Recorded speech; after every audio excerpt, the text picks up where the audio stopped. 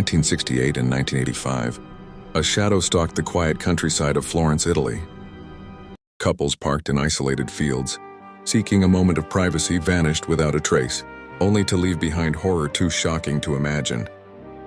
Vanished without a trace, only to leave behind horror too shocking to imagine. He was called Il Mostro di Firenze, the Monster of Florence. But who was he? And why did these killings go unsolved for nearly 2 decades?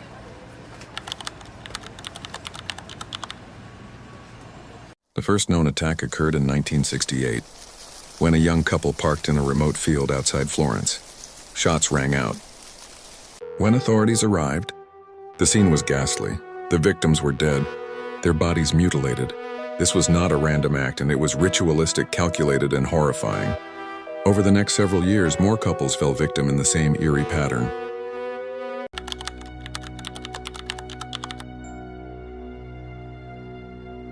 The Monster of Florence had a chilling modus operandi.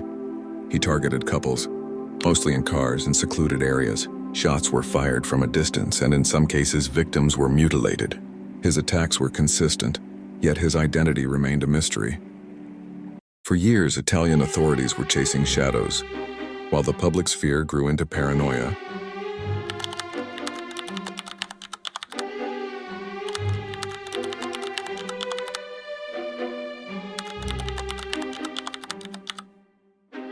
September 14, 1974, Borgo San Lorenzo. 6 years later, the monster returned. Stefano Baldi and Susanna Cambi were shot while sitting in their car. But this time, something was different. Susanna's body was mutilated. This was no longer jealousy. This was ritual. Police now faced a terrifying truth. A serial killer was stalking Florence.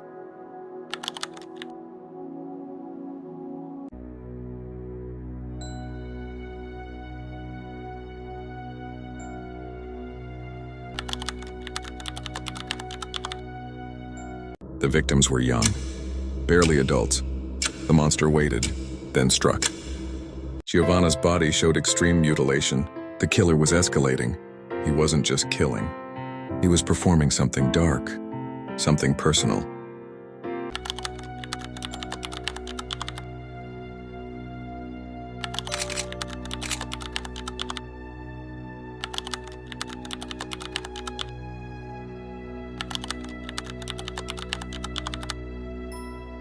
By 1981, Florence was paralyzed by fear. Couples avoided the countryside. Parents warned their children, but it didn't stop the monster. Once again, Carmela was mutilated. The message was clear. The monster was in control.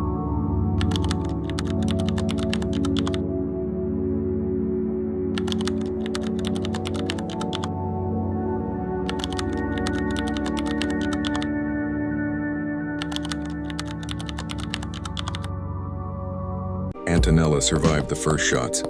She tried to escape. The monster chased her down and finished the job. This wasn't fast anymore. It was sadistic. Police knew. The killer enjoyed control.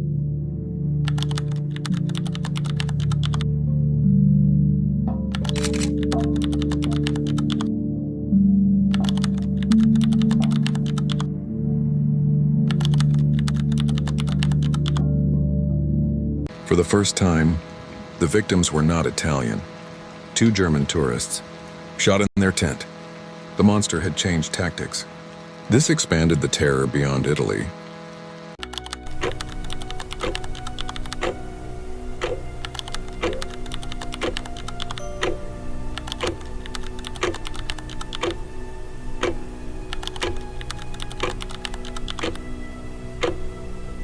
This would be the monster's final known attack.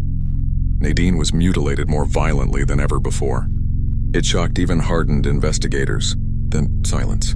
The monster vanished.